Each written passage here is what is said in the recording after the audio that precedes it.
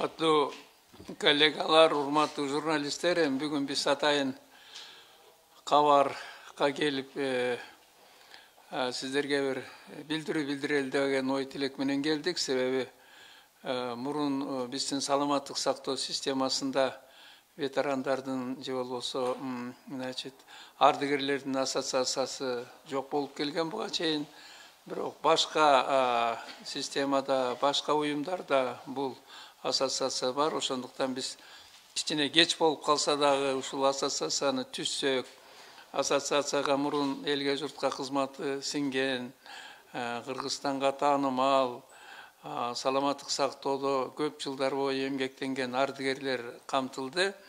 Анан биздин негизги оюбуз эми азыркы ааламда болуп аткан чоң өзгөрүүлөр болуп атат, өзүңүздөр билесиздер. Экинчиден, мына 2 жылдан бери COVID-19 проблемасы дагы көп кыйынчылыкка алып келди.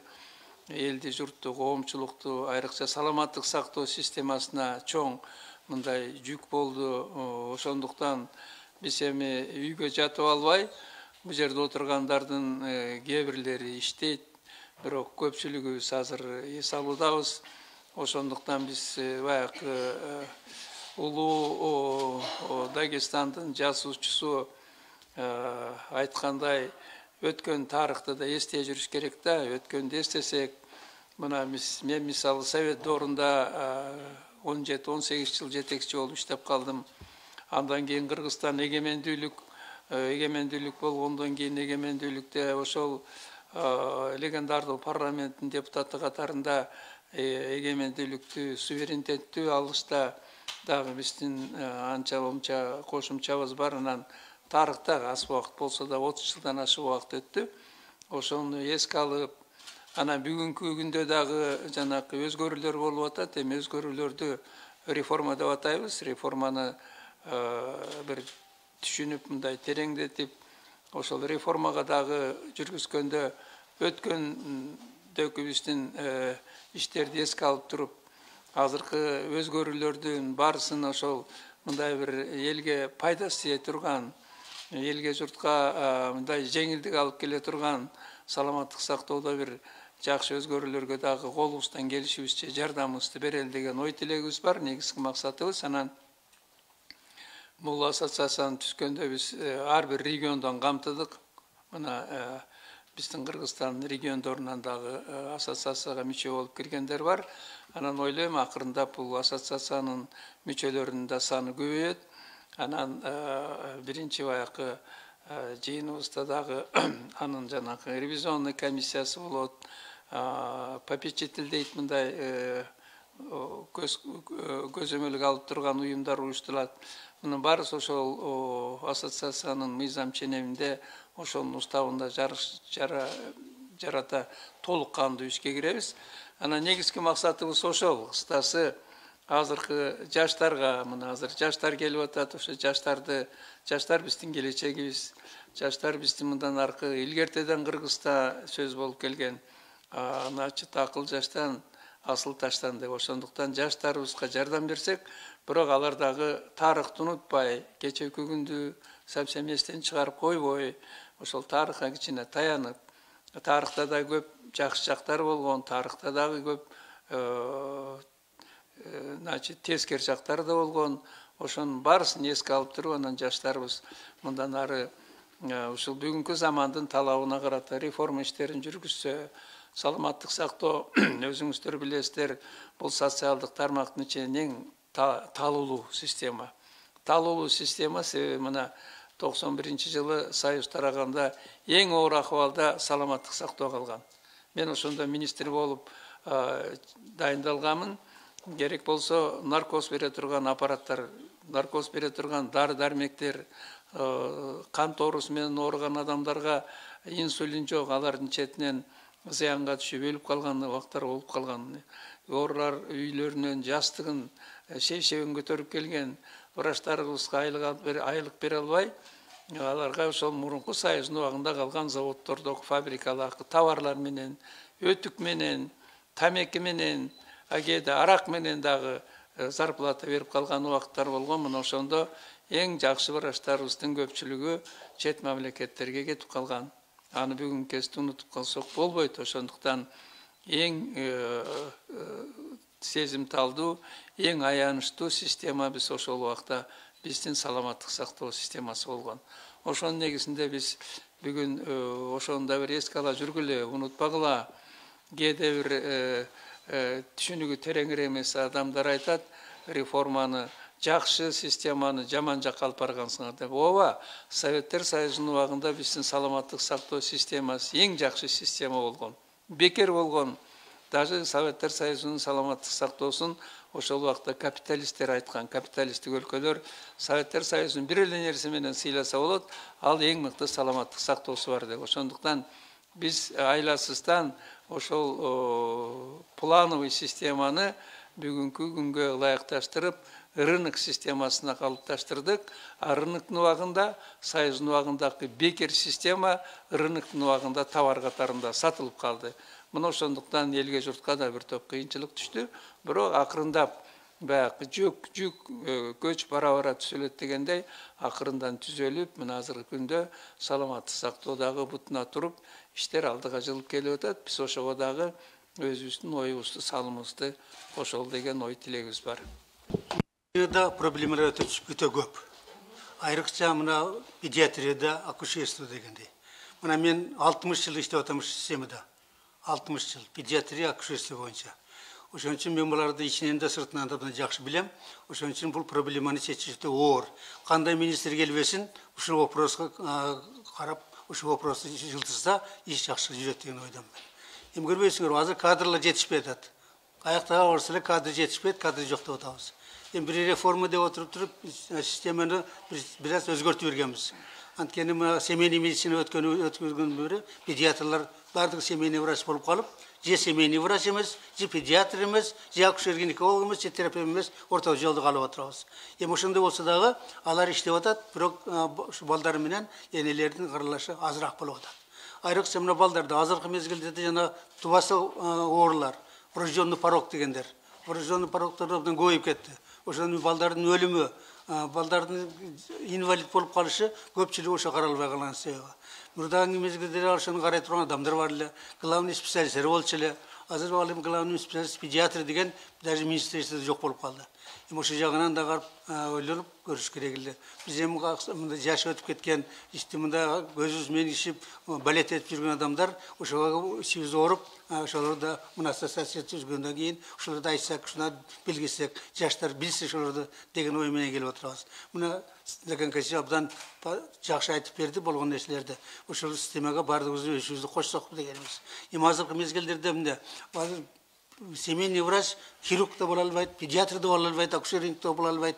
Алар болсо ар бир специалист кайра эле ошо педиатрларга, хирургторго, акушер-гинекологторго жөнөтүп турат. Мурда деген балдарды ден соолугу чың, оору элек балдарды текшерип карап турчу эле.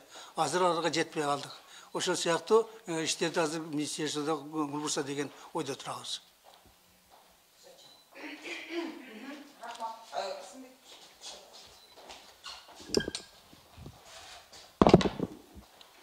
Саламатсыздарбы, урматтуу журналисттер.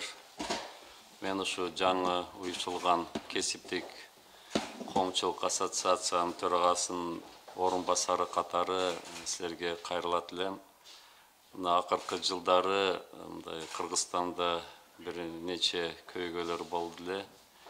Мисал алып кетсек, 97-жылгы Барскондо авария, кийин 2010-жылы Ошто, Жалалабадта окуялар болгон. Андан кийинки акыркы жылдары мына 3-жыл кетип атат.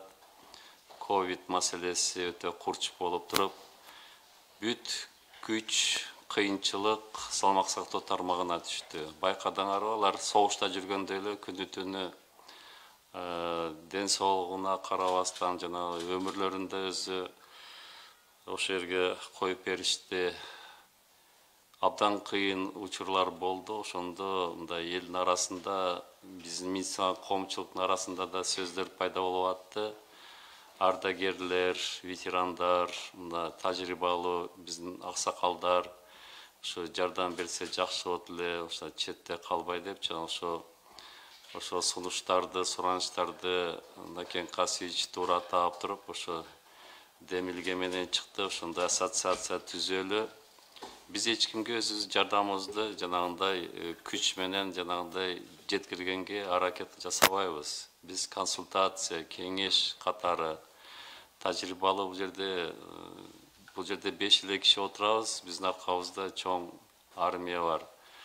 Алар Советтер Союзунун болгон ошондогу жана системаны жакшы билишет. Азыркы мына 92 жылдан бери переходный период деп коет. Ал переходный период 30 жыл болуп калды.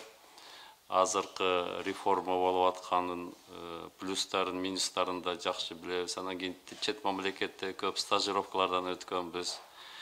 Жанагы батыш салмак сактоо модельдерин Америка Кошмо Штаты, Япония бардык жерде болуп туруп, окуп, сертификаттарыбыз бар, ошолордун жанагындай жакшы жерлерин, кыйынчыл жерлерин бардыгын билебиз. Азыр мына мисал келтирсем, акыркы азыр мына кагаз иштер Минюстка байланыштуу болуп атып бүттү буюрса, ошонун ичинде биз президиум мүчөлөрү эки салмак сактоо тармагындагы ошо ведомство аралык жанагындай иш топторуна катыштык. Абдандай көйгөйлүү маселелер, лицензирование, жанагындай менчиктештирилген медициналык уюмдардын ошо лицензиялары боюнча, анан кийин акыркы иш тобунда аттестация, медицина жана фармацевтикалык жанагы кызматкерлердин аттестация. Ал жерде абдан көп маселелер бар. Ошол жерде биз байкадык, көп мындай талкуулоого, дискуссияларга койдук. Анан биздин тажрыйбабыз, мен ойлойм, ал жерге бир топ жардам берди. Биз ошо региондордо да абдан авторитеттүү, эл тааныган коллегаларыбызды да чакырганбыз. Алар да бардыгы макул болушуп, ал жерде өздөрүнүн жумуштарын жасайт. Биз мына салмак сактоо тармагы менен да сүйлөштүк. Кудай буйрса, жаңы жылга чейин көптөн бери уже болбой калган бир жакшы нерселерди кайра жандандырышыбыз керек. Мисалы,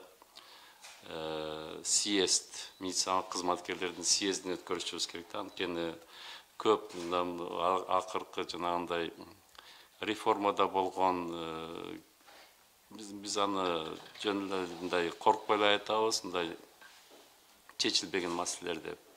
Реформада азыркы салмак сактоо тармагында иштеген ошо медицина кызматкерлерин ошо азыр көп жерде байкадыңар го, жана аларды кичине элден да көп токмок жеп атышат, журналисттер да калышпайт, аны көрүп атабыз го. Ошолордун укуктарын коргоо маселелери бизде кичине артта калып кетти. Ошо боюнча көп нерсе алдыбызда пландарыбыз бар. Ошо биз салмак сактоо министрлигине, борбордук аппаратына, кесиптик бизде көп ассоциациялар бар. Ар бир тармак, ар бир направленияда ошолор менен тыкыз иштеп, мындай күнүгө алар менен байланышта болуп туруп, ошолорго да колдон келишинче жардам берилет деген ойдобуз. Ошондуктан мына бүгүн силер менен биринчи бет ачары болуп атат биздин ассоциация. Мен ойлойм, силер менен да жакшынакай байланыш түзүп, биз силерге маалымат жеткирип, силер бизге жардам берсеңер абдан жакшы болот. Были вопросы, для чего создается и основные задачи, цель этой ассоциации ветеранов здравоохранения. Во-первых, как уже сказали, во всех министерствах, ведомствах есть ассоциация ветеранов сельского хозяйства, МВД и так далее. Но в здравоохранении как-то это вопрос оказывается упущен, этого не было. Во-вторых, просто мы все, и в том числе Министерство здравоохранения, обязано использовать многолетний практический многолетний опыт работы просто врачей, тех ветеранов, которые отдыхают, которые в нынешнее время работают, организаторы здравоохранения, бывшие руководители. Просто мы обязаны использовать их опыт, практический опыт работы. Я приведу один пример. В 2010 году была заболеваемость чумой, это вы прекрасно знаете, чума в Кыргызской республике. И тогда было действительно очень многие молодые ребята работали, врачи, теоретически подкованные, ничего не скажешь, грамотные. Но на практике в 2030 году был случай чумы в Кыргызстане, тогда их очень грамотно локализовали, со смертельными случаями были. И тогда мы вспомнили, слушайте, за что браться, как работать, как локализовать. Тогда поступило предложение, а давайте, у нас есть 2 человека, которые еще живые, которые работали против чумной станции, и они вплотную работали, локализовали эту чуму. И действительно, мы их пригласили, ночью пригласили, и их послушали. И очень было интересное предложение. И, кстати, эти предложения к нам очень, так сказать, помогли. Поэтому мы должны часто обращаться к тем ветеранам, которые имеют многолетний практический опыт работы. Тажрибасы өте чоң кишилерге кайрылып, аларды колдонуп турбасак, мы должны их использовать. Потому что многие такие уходят из этой жизни, а вместо того, чтобы у них есть желание поработать, помочь Министерству здравоохранения, системе здравоохранения, поэтому мы просто обязаны использовать этих людей.